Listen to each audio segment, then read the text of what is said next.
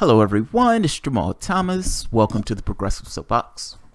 So this video is going to get demonetized as soon as this video goes up. But it's rather important because of the way events are unfolding. And so the world needs to know.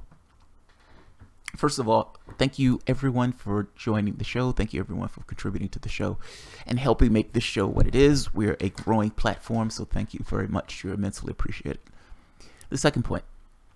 On Wednesday, Grant Cameron is going to be here at 5 p.m. That show is going to be amazing. Hard Bastard is going to be here at 7. That show is also going to be amazing. Both shows are going to be great. You don't want to miss either one of those. Oh, and calls. Jeremy Scott. They're going to be calls after this particular show. So this show is in somewhat two parts. It's somewhat weird. I came across a story afterwards. Nikki Haley is at the United Nations, and for all intents and purposes, Nikki Haley is threatening to act based on what's taking place in Syria. The wild part about this is the United States is perfectly okay with murdering babies when it's us dropping the bombs.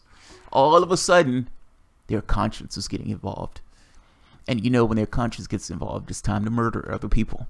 So Nikki Haley is threatening unilateral action in Syria if the resolution that she's putting forth in the United Nations is not accepted. Let's take a look at the story.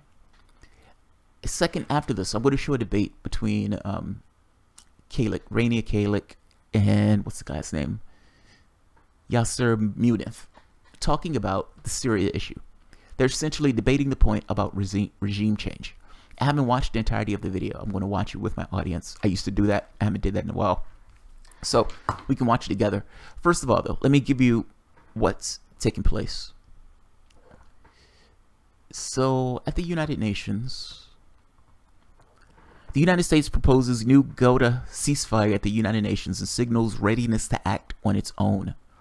Nikki Haley tells U.S. Security Councils if it rejects Syria's proposal, the United States is willing to act unilaterally as it attacked the air bases last year. Essentially, look, we will go and we will do stuff against international and against our own laws. We're not supposed to be in Syria. That's the point. We have no constitutional justification to be in that country. We said we don't care. One of the entire points, or one of the good points, that people could assuage themselves with Donald Trump was at the very least he didn't want to go kicking over other countries. If nothing else, Hillary Clinton has already said she wants to put an air defense shield in Syria, meaning she's going to get us further involved in a conflict that we have no business being in. We're going to be in a war with Russia. That was my point. Donald Trump has made the decision that we're going to now stay in Syria, illegally stay in Syria. Staying in Syria despite Russia working in coordination with the Syrian government. If we shoot down a Russian plane, if we kill Russian soldiers, all I'm saying is this is getting profoundly dangerous.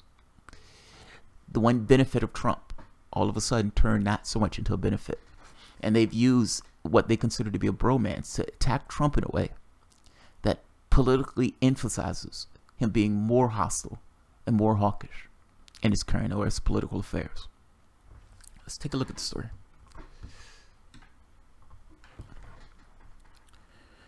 The United Nations has proposed a new binding resolution imposing an immediate 30-day ceasefire in the besieged Syrian enclave of eastern Ghouta, adding that if the UN Security Council fails to agree, Washington is prepared to act unilaterally as it did when it fired missiles at the Syrian government air bases last year, illegally fired missiles.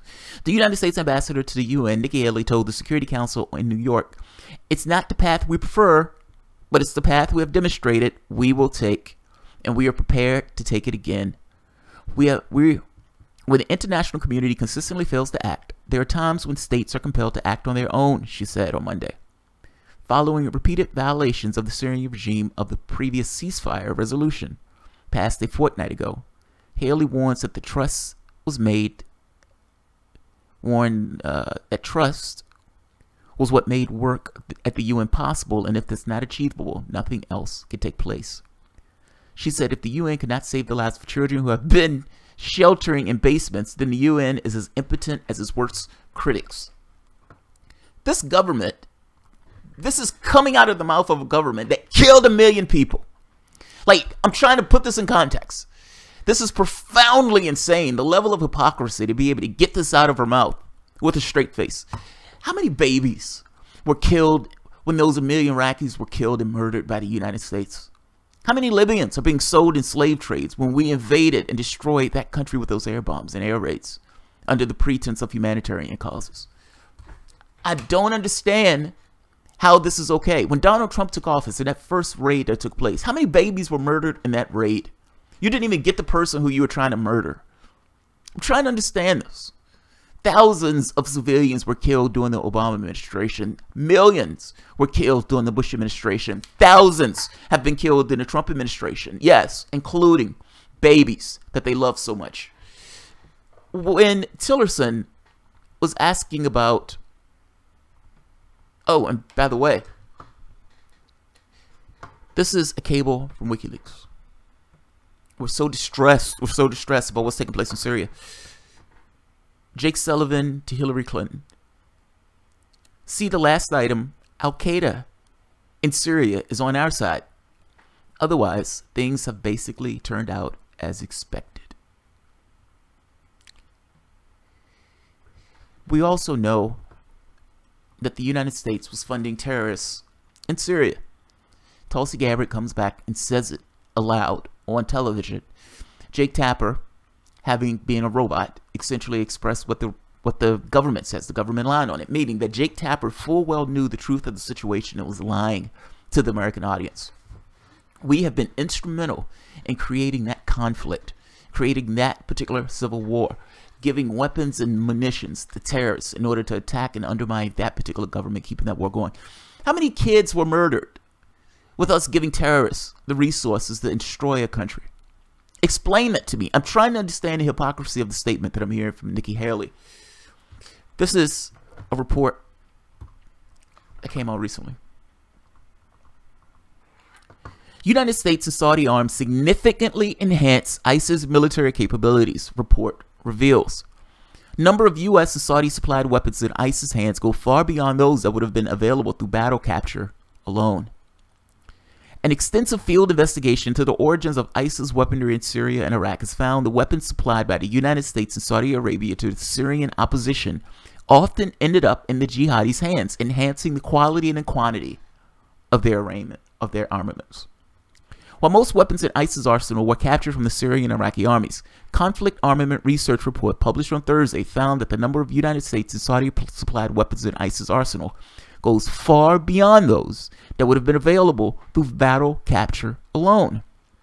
Iraq and Syria have seen ISIS forces use a number of weapons supplied by states such as Saudi Arabia and United States against various international anti-ISIS coalitions that the two states support, researchers found.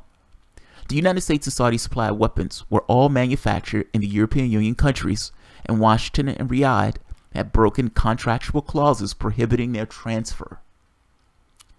Understand what's being said.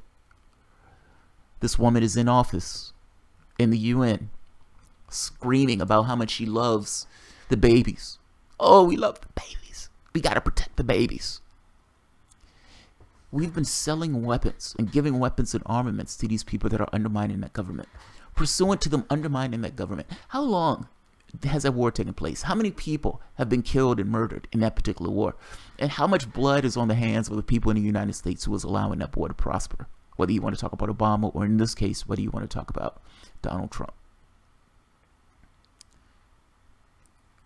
We are propagating this war. When Donald Trump first took office, he stopped sending weapons and armaments to the Syrian forces. At least that's what we were told. Do we know if that's true? No, we don't know if that's true. If there's a clause in it, we don't even know if there's a clause in it. What we do know is we were funding these people in order to undermine that government. That's what we do know is somewhat of a flat fact. Those weapons that we were giving these guys were being used to kill Russians. We also know that. Shot down one of their jets. One of the armaments that we supplied to these guys. It is rich. They hear Nikki Haley making this point. One of the other items that needs to come up, if I can find it, is a memo by Tillerson Tillerson received a memo of them giving him a history lesson on American policy. The memo boiled down to treat your friends differently than your enemies. And ultimately, there will be some people. Here we go. This Tillerson memo. Leak memo schooled Tillerson on human rights. The May 17 memo reads like a crash course for a businessman turned diplomat, and its conclusions offer a starkly realistic vision that the United States should use human rights as a club against its adversaries like Iran, China, and North Korea, while giving a pass to repressive allies like the Philippines, Egypt, and Saudi Arabia. Allies should be treated differently and better than adversaries. Otherwise, we end up with more adversaries and fewer allies, argued the memo written by Tillerson influential aide Brian Hook.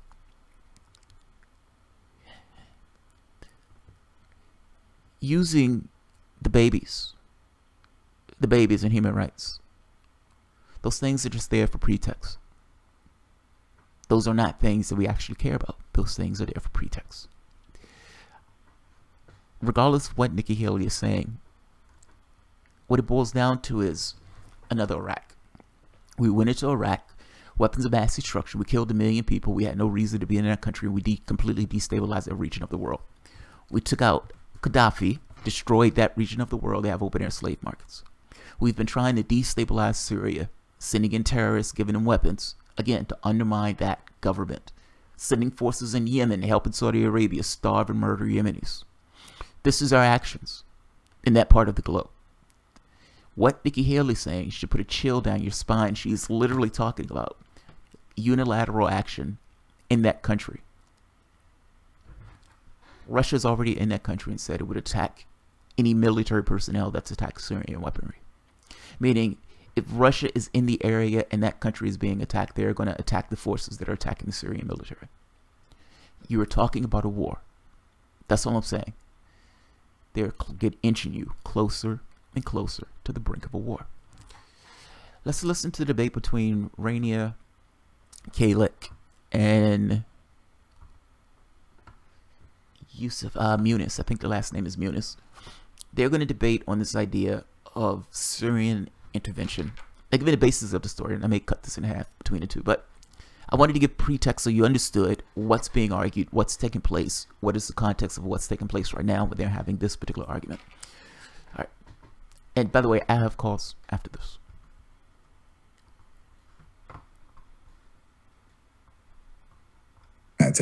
An international aid convoy has reached the besieged Syrian suburb of eastern Ghouta for the first time in days. Aid was suspended earlier this week amid an ongoing bombardment by Syria and Russia, which seeks to reclaim eastern Ghouta from militant groups.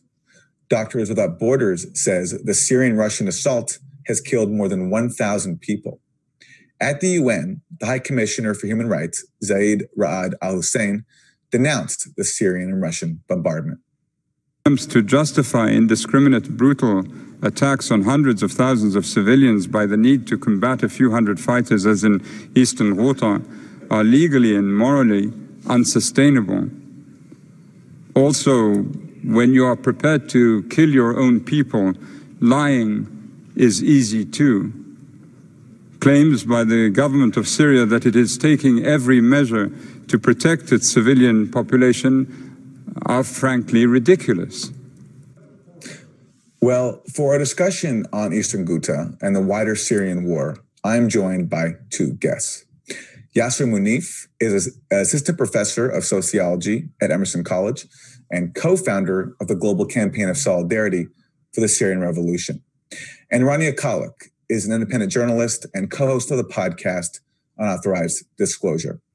Welcome to you both. Let me just say by way of introduction that you are both people on the left with very different views of the Syrian conflict. And given that this issue of Syria has really been polarizing on the left, I really appreciate this opportunity for a dialogue.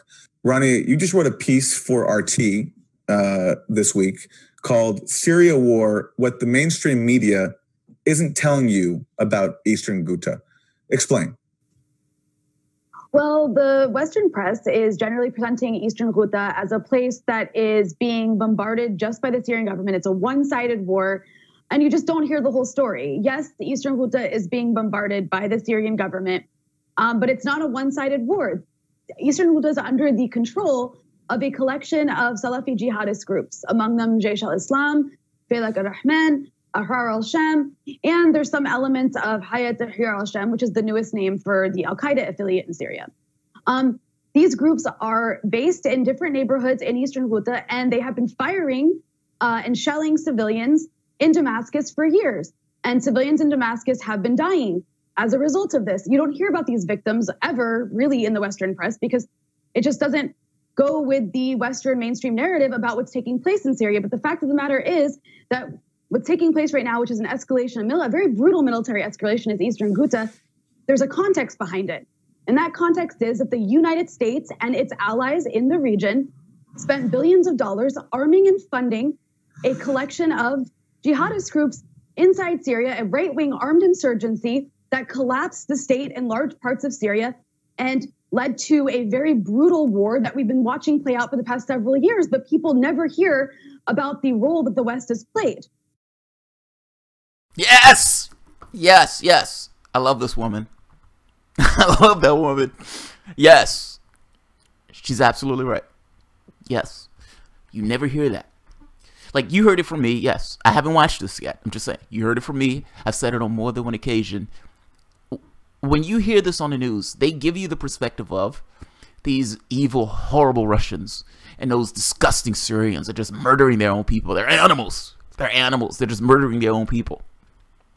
They don't explain the context that we were instrumental in getting that war, that civil war going.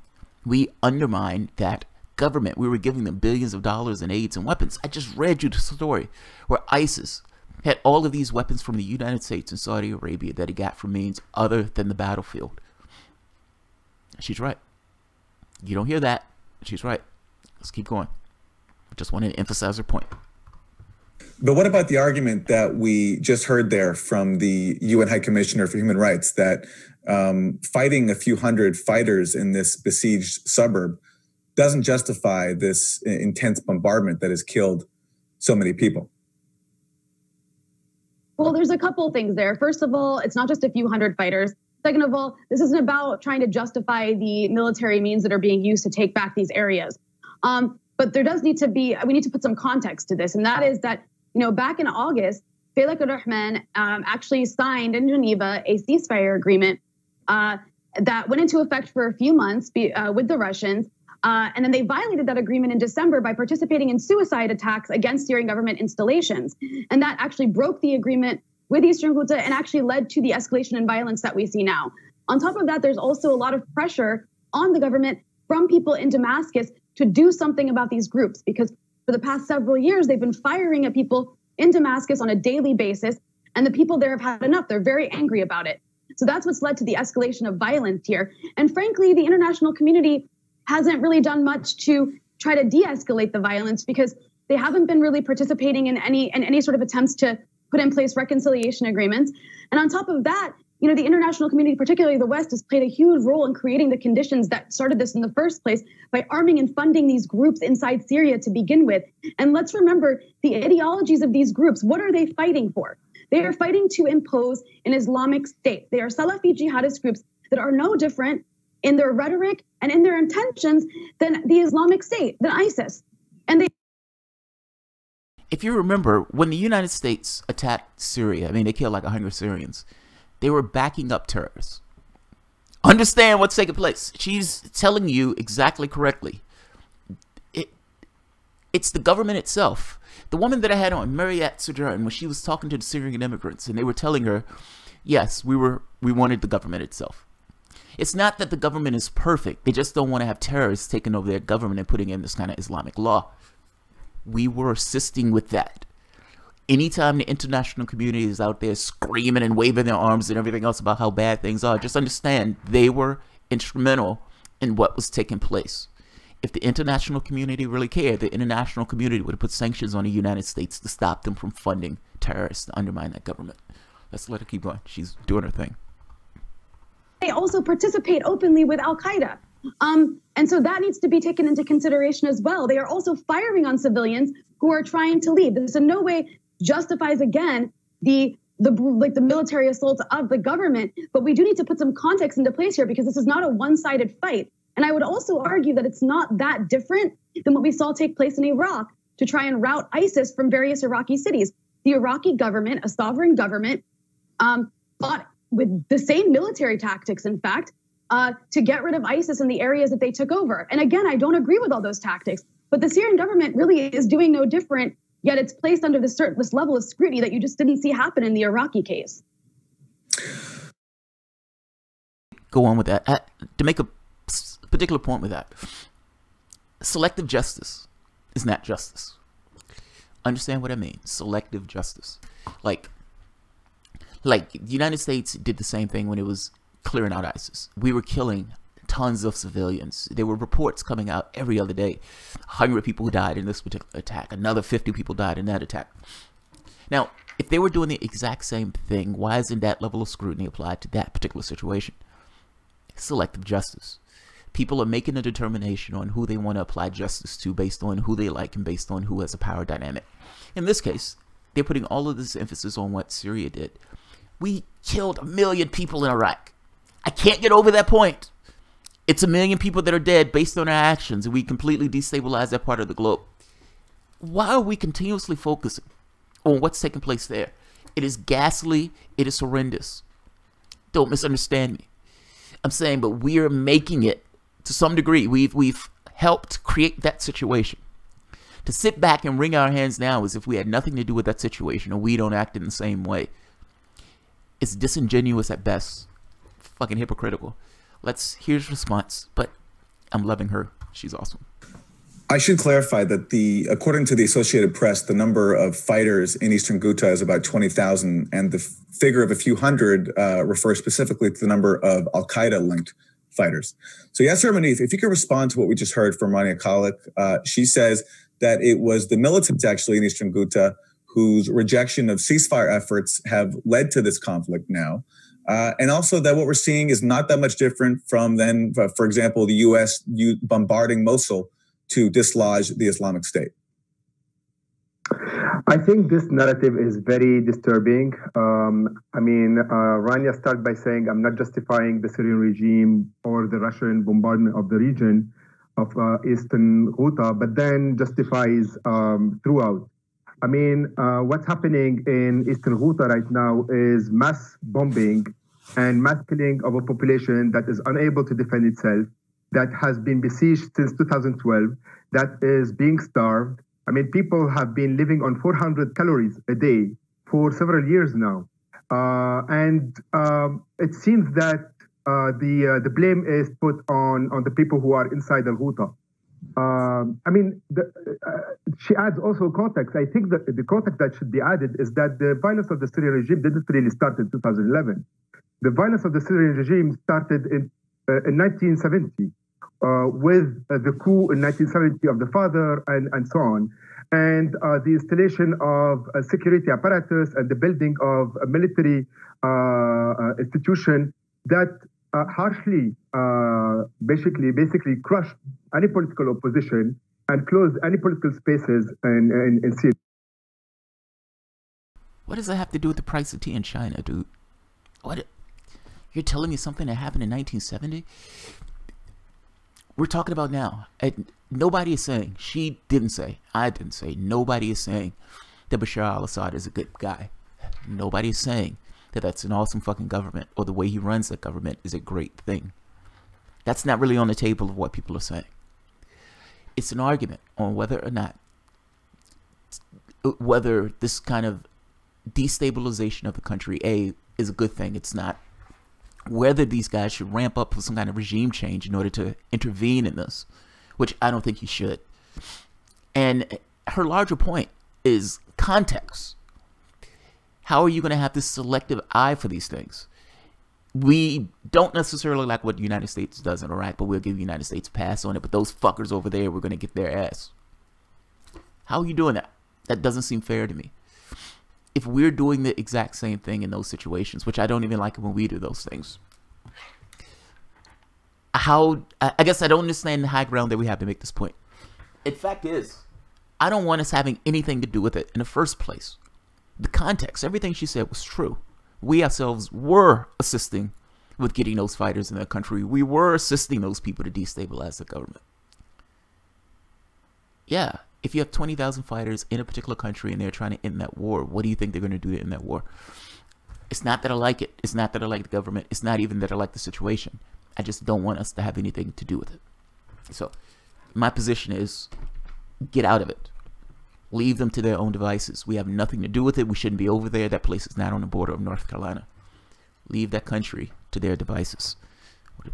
Syria tortured any opponents, exiled most of the political parties and people, and tortured thousands of people and killed many as well. So, I mean, that's the general context. We shouldn't confuse and put some kind of moral equivalency between the people who are besieged in Eastern Ghouta and the violence of the Syrian regime and the Russian and the Iranian and Hezbollah, whom are also very sectarian. I mean, I agree with her that there are sectarian among the opposition, but the Shia sectarianism is as powerful as the Sunni. The militia that are coming from Iraq are very violent and sectarian. The Iranian are very violent and sectarian. They have been funding the Syrian regime since 2011. And the Russian have been also supporting and funding the Syrian regime.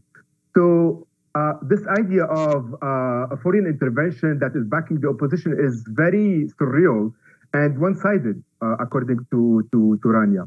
But Yasser, let me put to you a clip from Joe Biden that I think captures what I find puzzling about the Syrian war, which is what the Syrian government was supposed to do in response to the role that outside players that are trying to overthrow it have played. I mean, no one can justify cracking down on peaceful protesters. But what happens when it becomes a proxy war? So on this front, I want to play what Joe Biden said in 2014 about what the U.S. allies in the Gulf did in Syria. Our biggest problem is our allies. Our allies in the region were our largest problem in Syria. The Turks were great friends, and I have a great relationship with Erdogan, which I've just spent a lot of time with. The Saudis, the Emiratis, etc. What were they doing? They were so determined to take down Assad and essentially have a proxy Sunni-Shia war. What did they do? They poured hundreds of millions of dollars and tens, thousands of tons of weapons into anyone who would fight against Assad, except that the people who were being supplied were al-Nusra and al-Qaeda and the extremist elements of jihadis coming from other parts of the world. So that's Joe Biden speaking in 2014. So Yasser, what about that? I mean, does the Syrian government have the right to fight those forces, especially the jihadist forces, who are not just a threat to the Syrian government, but also especially to minorities like Christians and Druze and Shiites inside Syria? I mean, the Syrian conflict is very complex. And I think one of the dangers of the narrative described by Rania and others is this very reductive kind of explanation, kind of binary, where there is only the West and Europe and the intervention on the one hand, and then the Syrian regime. When in fact it's a very complex conflict. And I think the most important element is the Syrian revolution, the grassroots movement, the popular revolt against the Syrian regime that are part of what happened in 2011, that is an aspiration for democracy and freedom and dignity. And there are many dimensions to that conflict. I think the way I view it is there is a popular uprising, a revolution in Syria that started in 2011. And that revolution has been countered by several reactionary forces, including the Syrian regime and its allies, the ISIS and Al-Qaeda and its allies, and the West and its allies. And it's very unfortunate to see some of the left, I don't know if it's considered still the left, siding with the Assad regime or trying to be silent or denying the violence of the Syrian regime, when in fact we should do whatever is possible to support the Syrian revolution against this multiple reactionary forces. No, that's insane. That's profoundly insane. I mean, look, there may be something that started off as being this kind of uprisings. Fair enough. But the people with the weapons and the people who are essentially in those camps, they're not cuddly people looking for freedom and revolution. These guys are looking to install some kind of Islamic law. I give him that they may start it off a particular way. Fair enough. But come on, there are people shooting at other people. They're dropping bombs. They have weapons that are coming from other countries that they did not get purely from their own hands. There are international forces that have intervened in Syria. Yes, they may have used the pretext of that revolution. And yes, they may have been some real Syrians who were pissed off with the way things were. And no, this is not me thinking that the Assad government is great. I don't think that at all. I think of it, I think, in the same way that people vote for Democrats. Say it that way. Republicans are crazy, they're batshit crazy, they're extremists, they're off the political spectrum. Democrats are not necessarily a friend. They're not going to do the things that you want them to do in regards to supporting your interests. But they're not batshit crazy. Meaning, you're running to one because you're terrified of the other. You're not running to that one because a person is good. You're running to him because you think he can protect you from the boogeyman. The terrorists that are at their gates are the boogeyman. In this case, Assad is the thing that, I guess, holds them at bay to some degree, or at the very least tries to protect what they consider to be a way of life. This is not a defense of the Assad government. I haven't even added the Assad government into it. This is purely a defense from the standpoint of what do I think the outcome would be if the terrorists take over the capital. Do I think that's a better scenario than having Assad in that government? If the people want to overturn that government, the people will overturn that government. I do not want it overturned from the standpoint of international influence. Certainly not us. Let's keep going. Rania Khalek, a lot there to respond to, including that if one is criticizing the opposition today, then you're denying the agency of the protesters who rose up in 2011. Well, Yasser made a lot of claims that I actually want to respond to, and I'll start with this. I think he's presenting a very dishonest narrative about the uprising in 2011. And I think that we should be honest about this. It's now 2018, and presenting this sort of romanticized version of there was this utopian, beautiful, secular leftist uprising that was crushed is just not accurate. Yes, there were people who participated in protests in Syria who had secular ideals and leftist ideals and wanted, more freedoms and more democracy. That's absolutely true. There were also, though, and we should be honest about this, there was also some elements of the uprising that were sectarian and Islamist in nature and had very bad intentions and were calling for very bad things. And there was also some components of the uprising that were armed, and there were clashes from the beginning. So it's not simplistic, perfect leftist uprising versus mean, evil government. That's first. Second, Yasser mentioned the intervention of Russia and Iran and Hezbollah. And he's right, Russia, Iran, and Hezbollah did intervene in Syria. However, the reason that I emphasize so much more on US intervention is two reasons. First, we're speaking to an American audience, and they haven't been told the honest truth about what the US has done in Syria. That's first and foremost. But secondly, the intention of these interventions matter. The Iranian, Russian, and Hezbollah intervention in Syria was at the behest of the Syrian government. The sovereign government of Syria called on its allies to come help it prevent state collapse, because that is what Syria was facing. It was facing state collapse. And when the state collapsed, armed insurgent groups made up of Salafi jihadi fighters, many of whom were foreign fighters, by the way, took over those areas. So they were there to help restore order and help keep Syria from collapsing and turning into Libya. From the US side, though, US intervention was not there to prevent state collapse. US intervention was armed and funding an insurgency that was actually leading to state collapse.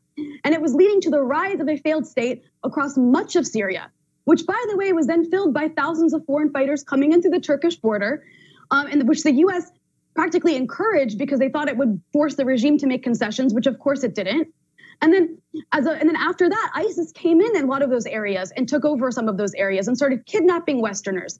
And The Qataris ended up paying millions of dollars for the release of these Westerners, basically giving ISIS the startup funding it needed to consolidate its fighters in Raqqa and in the east of Syria, and ultimately invading Iraq and taking over a third of Iraq. That is what US intervention led to. And as a result, you had the brutality of ISIS and a massive influx and flow of refugees into Europe, leading to the rise of right-wing politicians across Europe. And ultimately, you could even say the election of Donald Trump, because he used the refugee crisis and the brutality of ISIS to fearmonger, and he campaigned on that and won over that.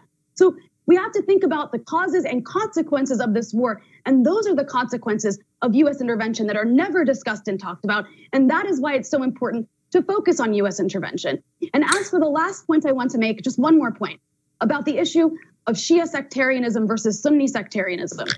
You're comparing Hezbollah, groups like Hezbollah and Iran, to Salafi jihadist groups. In my opinion, that there's absolutely no comparison whatsoever, because Salafi jihadist groups impose Saudi Arabia-style laws on people. They kill minorities. They subject women to second-class gender status. I don't see the same thing happening when Hezbollah comes into an area. I don't see them killing minorities. That's just not happening. Nobody wants to live under Salafi jihadi groups. And in fact, Iran and Hezbollah have played a major role protecting and saving people in the region from ISIS, including Sunnis, by the way, including Sunnis, saving Sunnis from ISIS as well, who are working alongside Hezbollah and Iranian-linked groups. So I think he's presenting a completely false narrative that does not in any way comport with what's happening on the ground here. Before I get a response from Yasser Munif, Rania, let me ask you, because you were talking about causes. Before the U.S. intervention, before the proxy war flares up, is it fair to say that if Assad had just responded in a legitimate way to the protesters' demands, so those protesters who were demanding reforms, not even regime change back then, and not chosen to crush them so brutally, that he could have avoided all this? I actually don't think he could have. I'm not saying the Syrian government had a good response. They responded very stupidly and very brutally, and I'm not in any way justifying that. And Yasser can say as much as he wants that I'm justifying all these things. I'm not, but I apparently have to continue to add these qualifications to my statement. But no, I don't think they could have prevented this, because from the very outset, you did have certain elements, particularly elements connected to the Muslim Brotherhood, that were demanding that Assad step down from the beginning. And they continue to demand that. I mean, he released prisoners, political prisoners at the behest of protesters. He released many political prisoners. And they would continue to say that's not enough. He needs to step down. So there was elements and components. Yes, there were people calling for reform and not calling for regime change, but there were elements calling for regime change.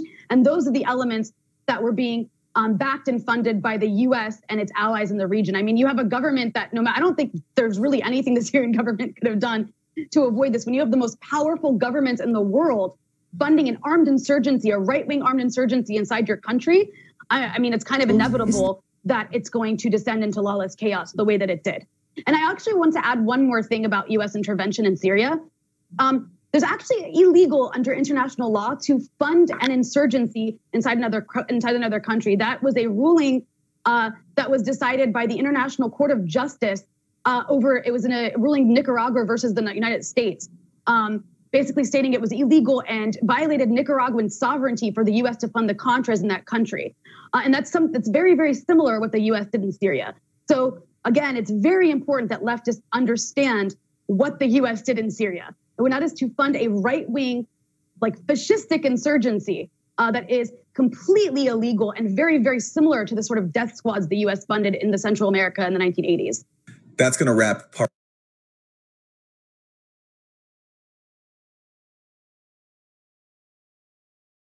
She is awesome. She is absolutely awesome. I've seen one or two stories that she's done. That was awesome. That was awesome.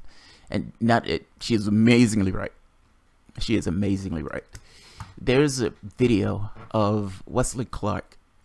The last question that he asked, do you think it would have started if Assad dealt with this in a different way? Wesley Clark, in one of his speeches, made the point that the United States was supposed to go into multiple countries in the course of X number of years.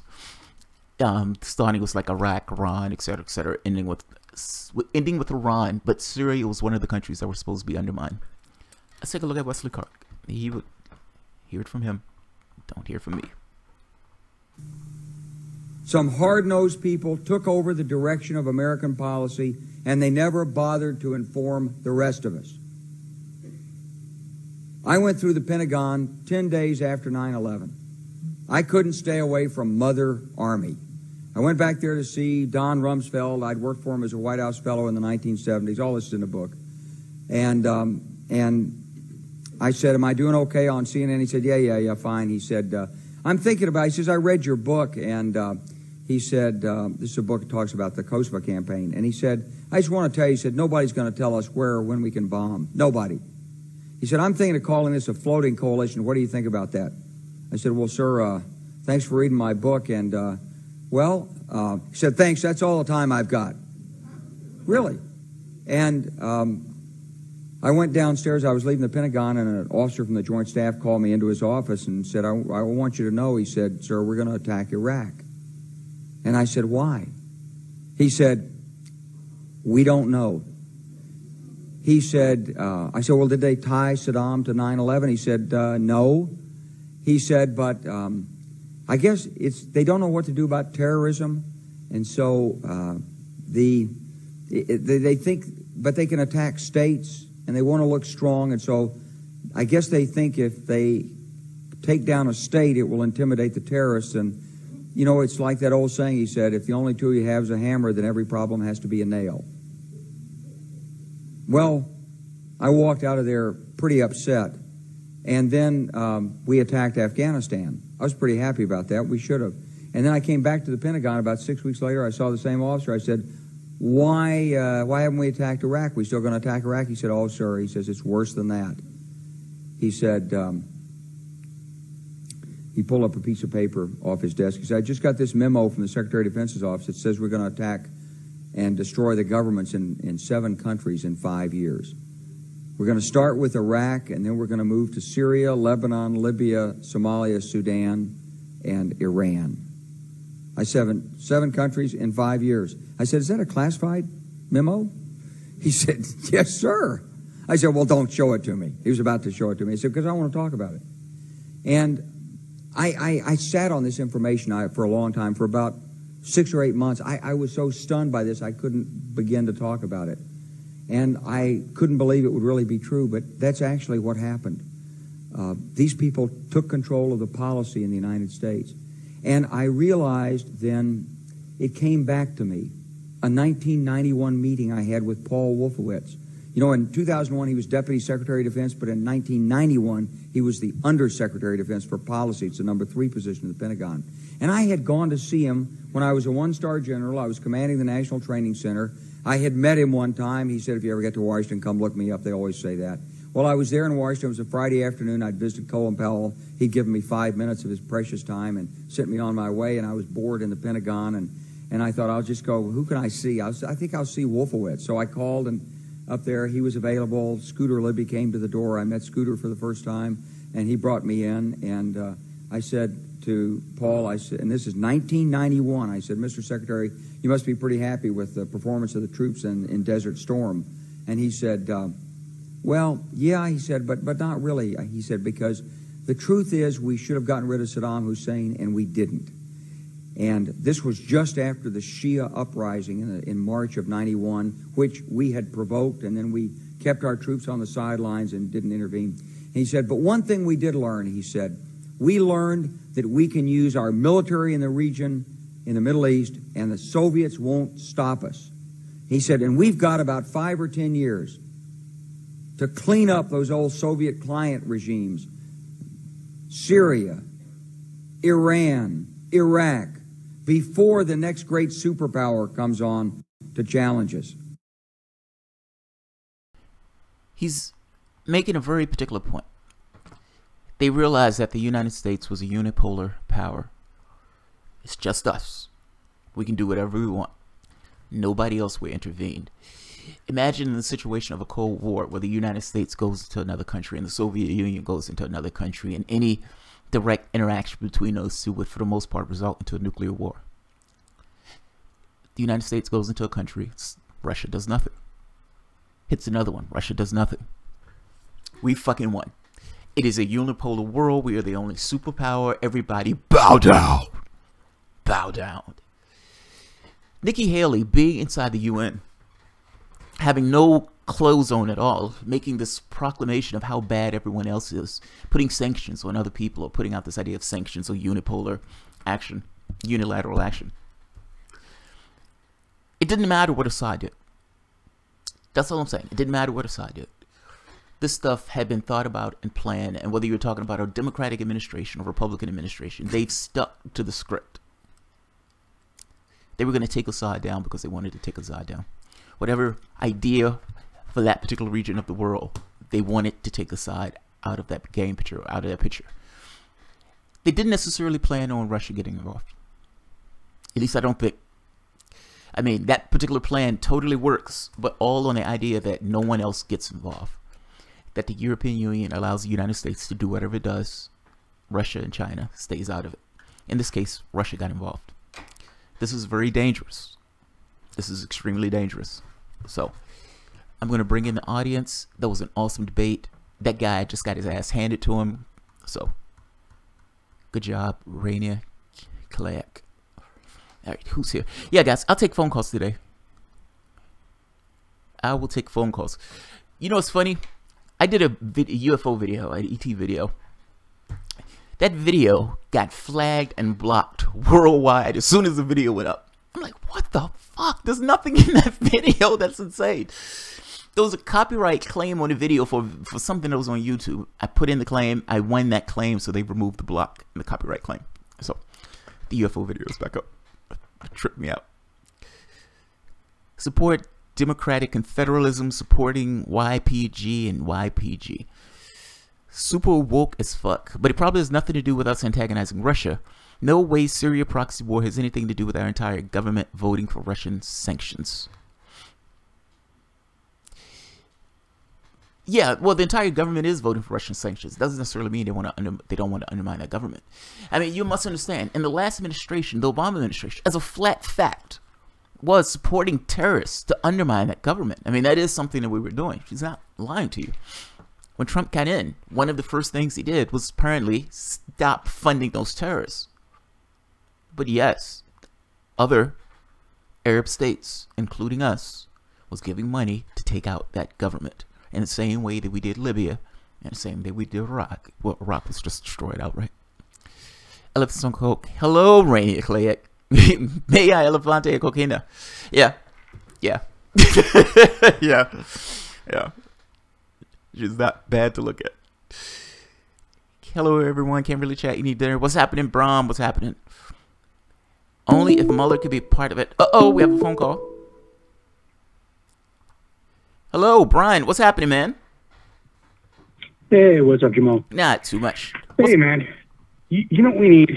We need a rejuvenated anti-war. Yes. That's really what it's going to take at this point. Agreed. We need to stop giving any more support to these candidates that are not going to come out strongly against our foreign policy. And I mean really sternly. No, I agree. I agree with you, man. Look, I always look at this stuff. I'm always shocked that they allow the president to do stuff like this.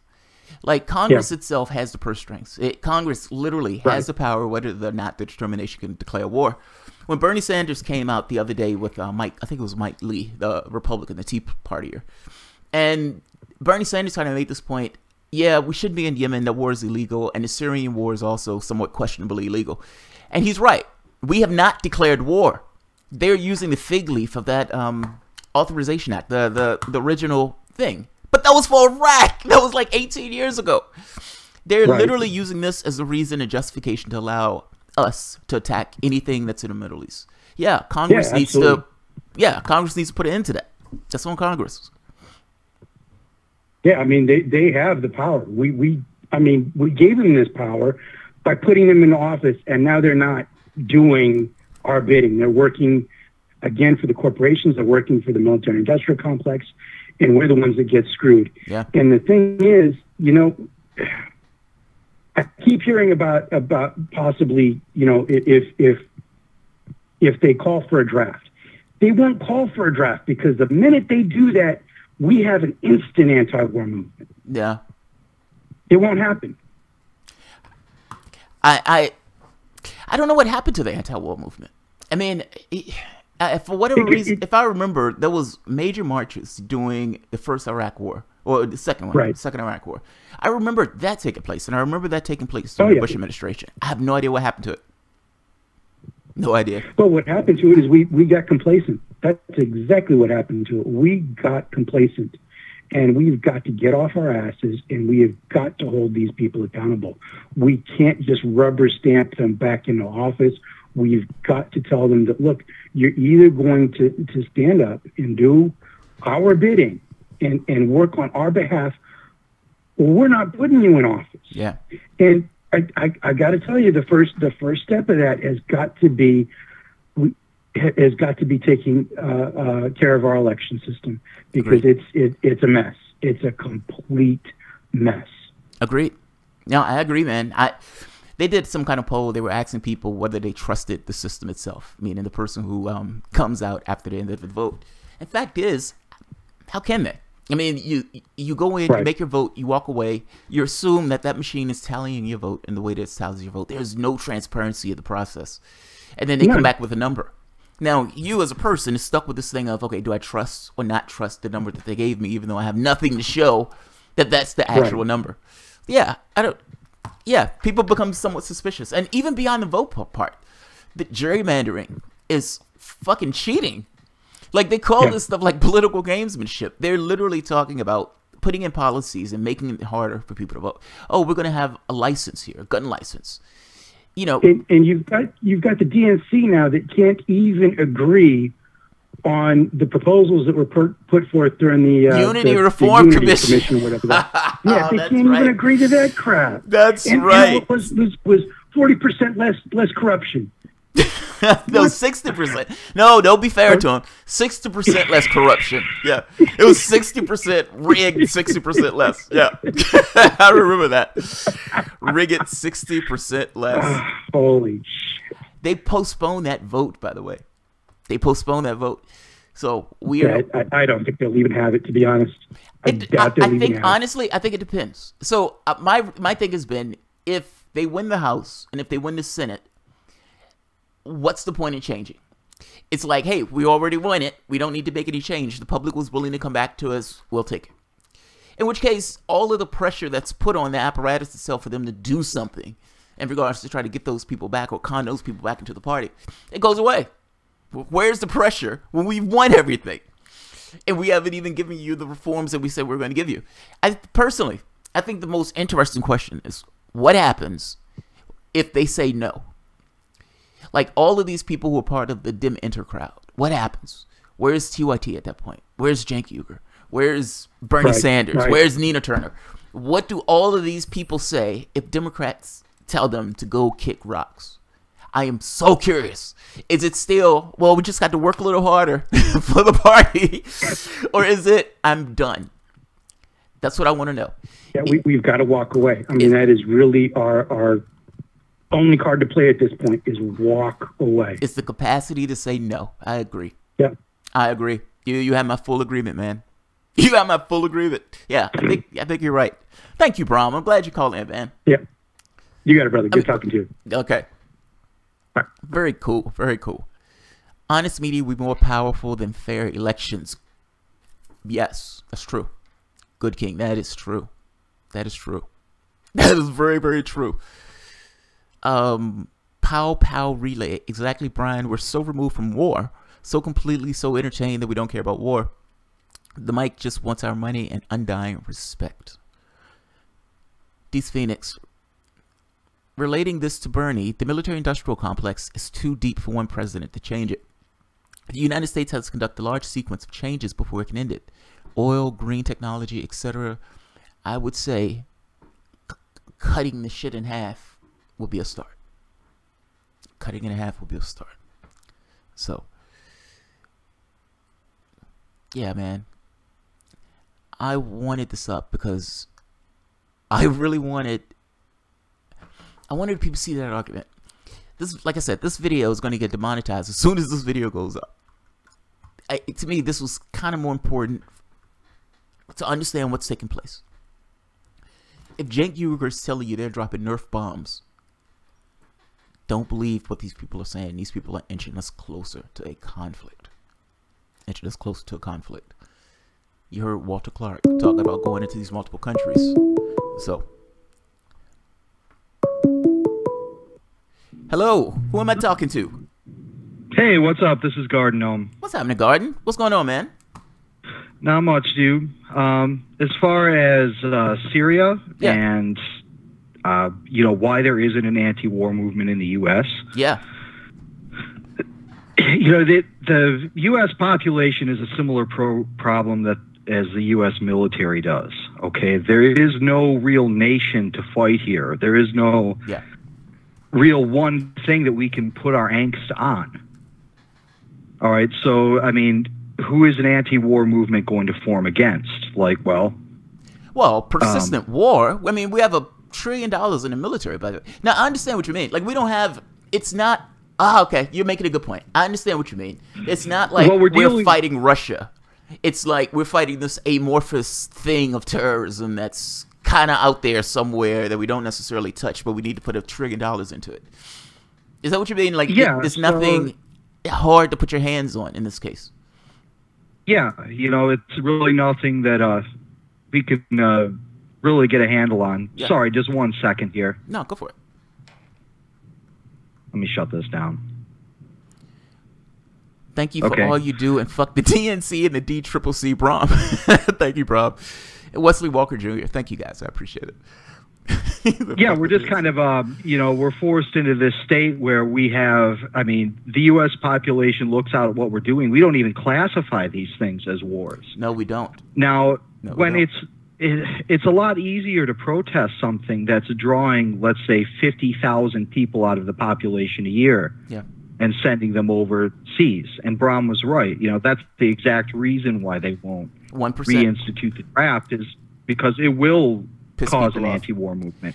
Well, 1%. You start pulling people out of the population, and there's going to be an anti-war movement. 1% of the population is in our military. That's it. I think it's like 1 or 2%, which means that the president, for all intents and purposes, has a private army. It doesn't touch the rest of the nation. Like, the overwhelming majority of the nation is not touched by anything that takes place overseas, what these guys are doing.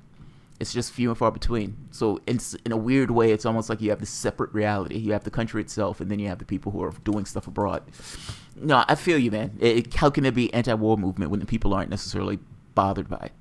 I guess that's what you're saying. Yeah, they aren't touched. We're engaging in these multiple conflicts all around the world. You know, I mean, we can protest our own military's actions, but like you said, it's 1%, and a lot of that 1% is poverty draft. That's right? True. Yeah. Like, a lot of people go into the military because they don't have other options. Yeah. So we're talking about the lowest strata of society and attacking the other lower strata of societies. Yeah. Yeah, we're just drawing, you know, out of our lower ranks in order to conscript them, send them off to war. Now, this is going to change as we go forward. You have to also consider that the need for drafting people is probably, and the need just for people in general, is going to change over the next couple of decades as we continue to automate and use space and, you know, high altitude technologies and all that. I got to be honest. So that terrifies me. That utterly terrifies me. I don't have this great faith in humanity right now. And not just not have a great faith in humanity. I'm extraordinarily cynical of the way people behave and their own profit motives, the way they go for this thing of self-interest. Do we really want weapons in space? Like, is that something that you really want? Put aside the fuck-ups, a laser accidentally hitting Idaho and murdering X number of people. Would you really want some kind of weapon system that has the capacity to float in space and hit a particular target? I don't know, man. That gets into nasty territory. I'm sure we have them now.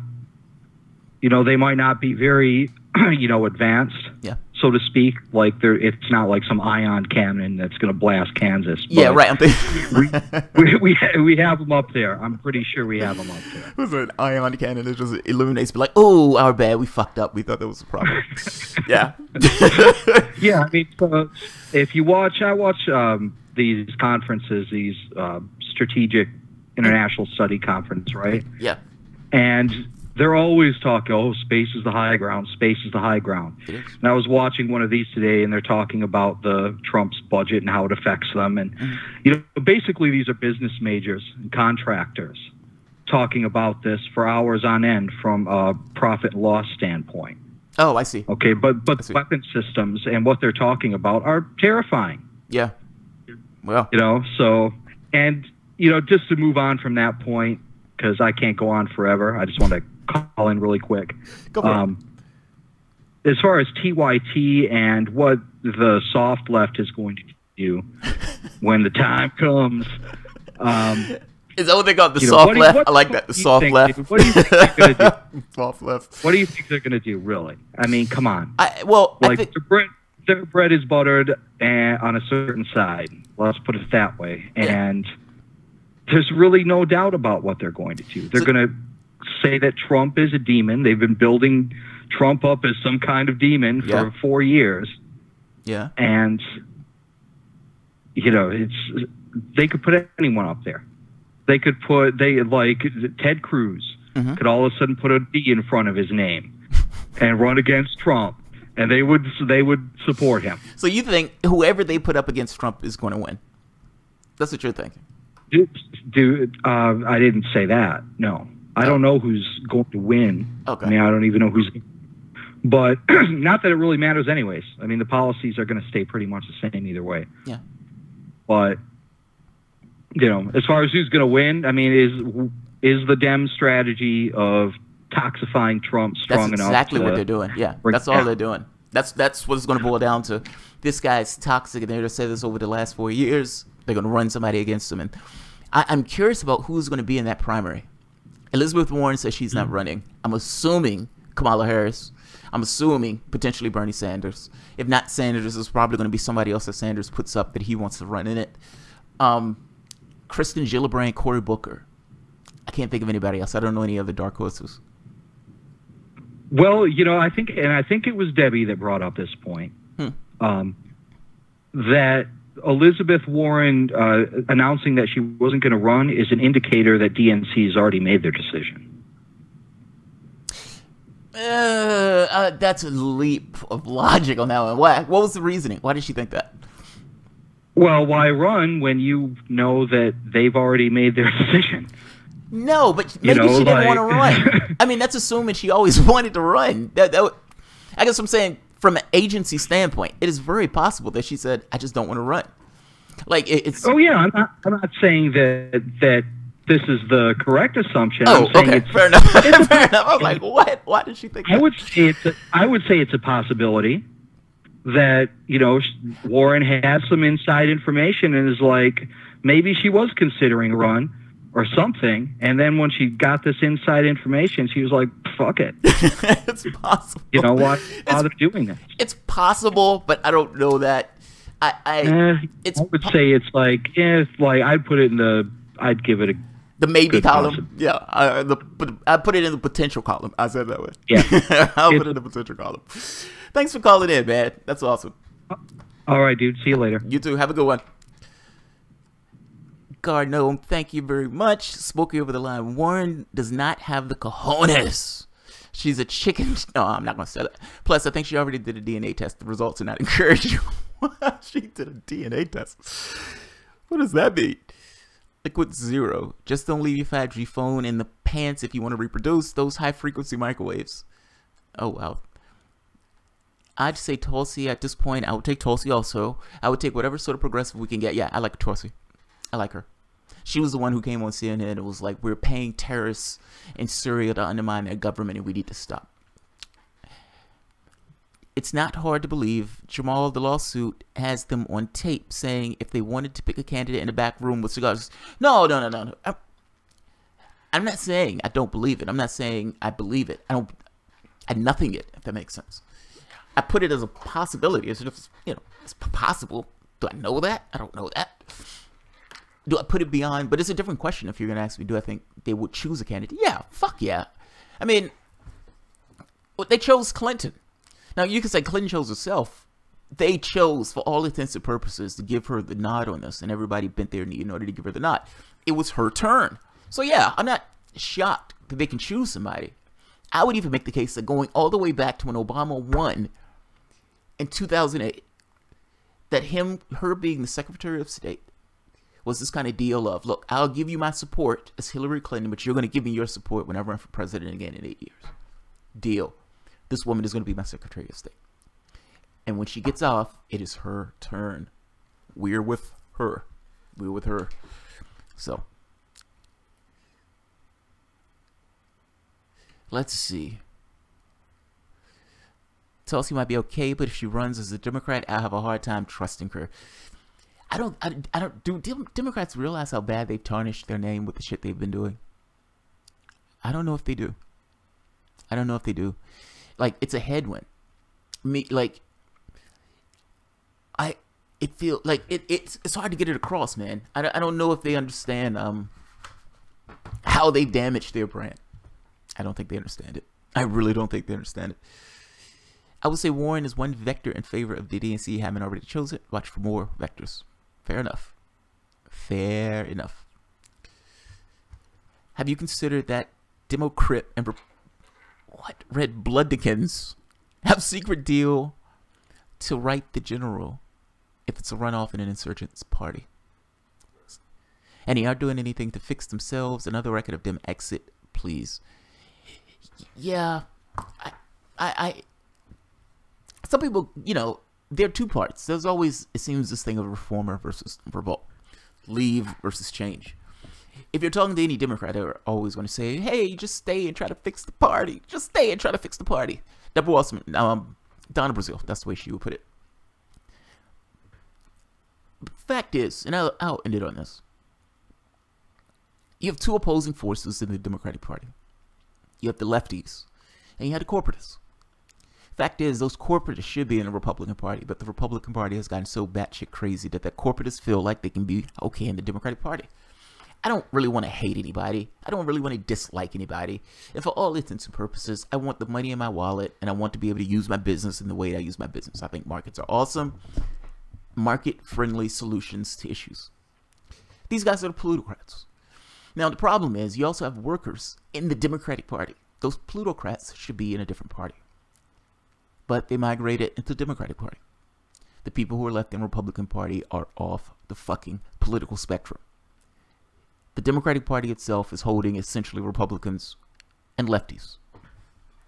The point I say here is, the question becomes for the politician is, how do you mend these two ends? How do you mend the one end that deals with workers and the poor and the 99% and dealing with human rights, environmental stuff? Lefties. How do you deal with this idea of people and human beings coming first? Human beings first. You have this other group that believe markets should matter more than any of this other stuff.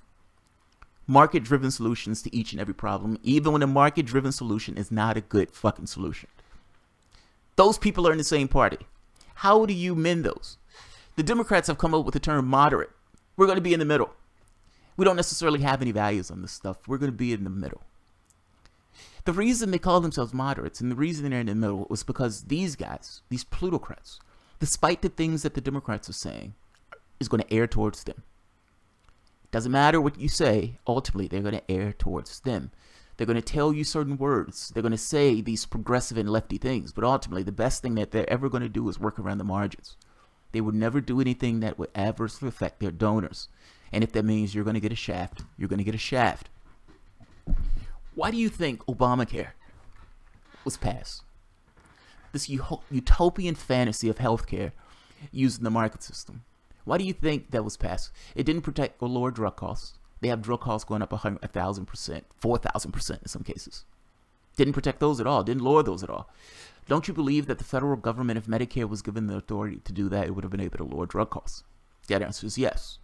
So the question becomes, why didn't the Democratic president who had the House and the Senate do a bill that actually handled the needs of the people in the country as opposed to making sure that markets stayed in healthcare? These guys are moderates. That's what a moderate is. That's what a moderate is. They lean towards the people who are giving them the cash. You have dollars or you have pitchforks. Everyone else in the lefty camp have been so terrified of Republicans that they've given these guys a free pass for 30 and 40 years. It is not a co-equal relationship at this point. They do not look at you as a co-equal partner. They look at you and say you have nowhere else to go because the other Republicans are rabid maniacs. At some point, you have to say no. Those guys have to lose. They need to. It needs to become very clear that that is not a winning strategy. You have dollars or you have pitchforks. Right now, you have nothing else pressing against your political apparatus. Nothing. The pressure that you put on your political system is the capacity to say no. It's the capacity to say no. I may not have anything right now where I can articulate my particular vision of the world in the sense of a political vehicle, but I'm not getting in yours. You're towing a line that does not represent my interests, and you're going to lose towing that particular line. That's where people need to be. That's honestly where people need to be. Either they need to find something that they themselves can articulate their political will with, like another party, but you should not support a party that is not representing your interests. It has gotten worse. They move further and further to the right. The entire time telling you you have nowhere else to go. And finally, it culminated in 2016 where Democrats put a Republican against a maniac, and the Republican lost. So I'm going to end this here. Thank you all. You guys are awesome. Brahm, thank you for all you do. Fuck the DNC and the DCCC. Brahm, thank you for your contribution. And Wesley Walker Jr., also, thank you again. All right, guys, I'm going to end this. You all have a good one. If you enjoy the content, feel free to share, like, subscribe, and of course, you can always support the Patreon. Thanks, everyone.